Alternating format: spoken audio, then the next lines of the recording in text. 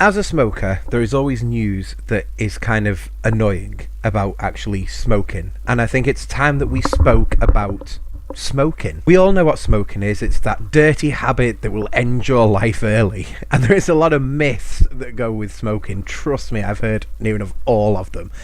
And you know what? Today's news is really pissing me off. So for those of you that don't know what's going on, as of today in the United Kingdom, all retailers who sell tobacco products have to now cover them up. We're not talking about the actual packaging of cigarettes, we're talking about the units in which they are sold from. So you know how years ago when you used to go into a shop and there used to be a counter behind them? Well, now that counter has to be constantly kept covered. It goes as part of a plan that the government have had over the past couple of years. So basically larger retailers, like your typical supermarket, that sort of thing, have had to actually cover them up since 2012. That's when the law came into them. Now what was going to happen was in 2012, or sort of sometime after that, but before 2015, there's supposed to be this study, because the only reason that they want to cover them up, and the only reason that there is talk about the plain packaging, is because they don't want younger people to start smoking, which is fair enough, but I kind of don't think they're going about it the right way. So anyway, this survey has not been done. The figures are not available because no one's kind of bothered doing their job and has bothered looking into the statistics of smokers these days to actually see if covering up the cigarettes in larger retailers has actually had any impact. Has it actually stopped people from smoking, or is it kind of bad news in that more people have started smoking? Regardless of what the outcome is, the law has come into effect as of today in smaller retailers. Now this is something absolutely pathetic, and it is really annoying me. Let me explain to you why. We all know that smoking is not good for you, yet we are supposed to live in countries where you are free to choose what you want to do. It's kind of why I still stick of the opinion that all drugs should be legalized, but I also kind of think smoking shouldn't be hidden. You know, it shouldn't be a little dirty secret. You know, if people are going to smoke, they're going to smoke. You know what you should do? If anything, you should actually go into schools and teach, like, kids, teach the future generations, listen, this is what smoking does to you. It's not clever, it's not big, it's certainly not sociable, because you have to go outside for a smoke now. And yeah, if you want to go and do it, you go and do it, but these are the consequences of you doing it. And let's get some actual truths out there as well. But no, here in the United Kingdom, we have these specialist groups that love to just basically kind of cover everything up. Like, if it's a problem, cover it up. It doesn't exist, it's fine. I read about this a couple of weeks ago, and there are so many stipulations about this new law. It is genuinely pathetic. You know why I think that the study hasn't been done? Is because it's not going to generate the statistics that groups like these healthy people want. That's why I think they haven't done it, in my honest opinion.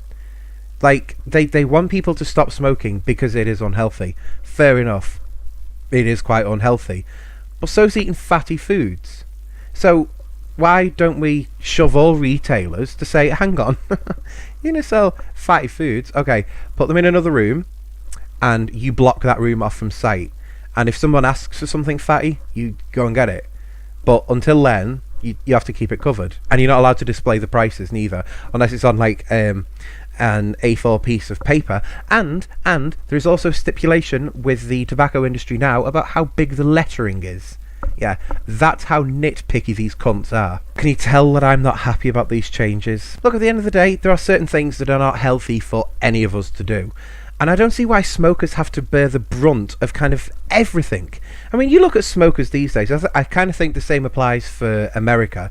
But I know certainly over here in the United Kingdom, we've gone into this whole financial recession thing. You know, our economy has gone up the wall. But you have a look at how much smokers have to pay extra in tax now. Like, when I first started smoking back in, what, 2005, 2006, I think, something like that. That's when I first started smoking, and I think for a pack of 10, I think I used to pay £2 or £3 something. It was around about there, and that's for Lambert and Butler. Now, for those of you that know your smokes, Lambert and Butler is quite an expensive brand, and that's what I used to be able to get them for. So, you know, within the short space of a couple of years, the duty the tax, the everything has gone up with cigarettes. And there's a really, really interesting statistic that goes with this one, people. Something that many of you will try and dispute, but it is genuinely true. If all smokers here in the United Kingdom gave up smoking overnight and didn't buy any more tobacco, do you know that that would actually push us further into the recession? Like, the cost of living would go through the roof.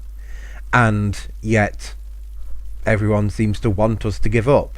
So, that's fun. I'm going to finish off by saying this, right? We all know that smoking isn't a good thing, but we all know that people do it. People enjoy doing it. And we all know that younger people are going to start doing it, because that's what happens. You know, if you want to ban smoking, ban smoking. But A, covering them up in shops is not going to work. Plain packaging is not going to work. Making them more expensive, not going to work. So if you want to ban smoking, ban smoking. But until then, stop fucking around with this stupid ideas.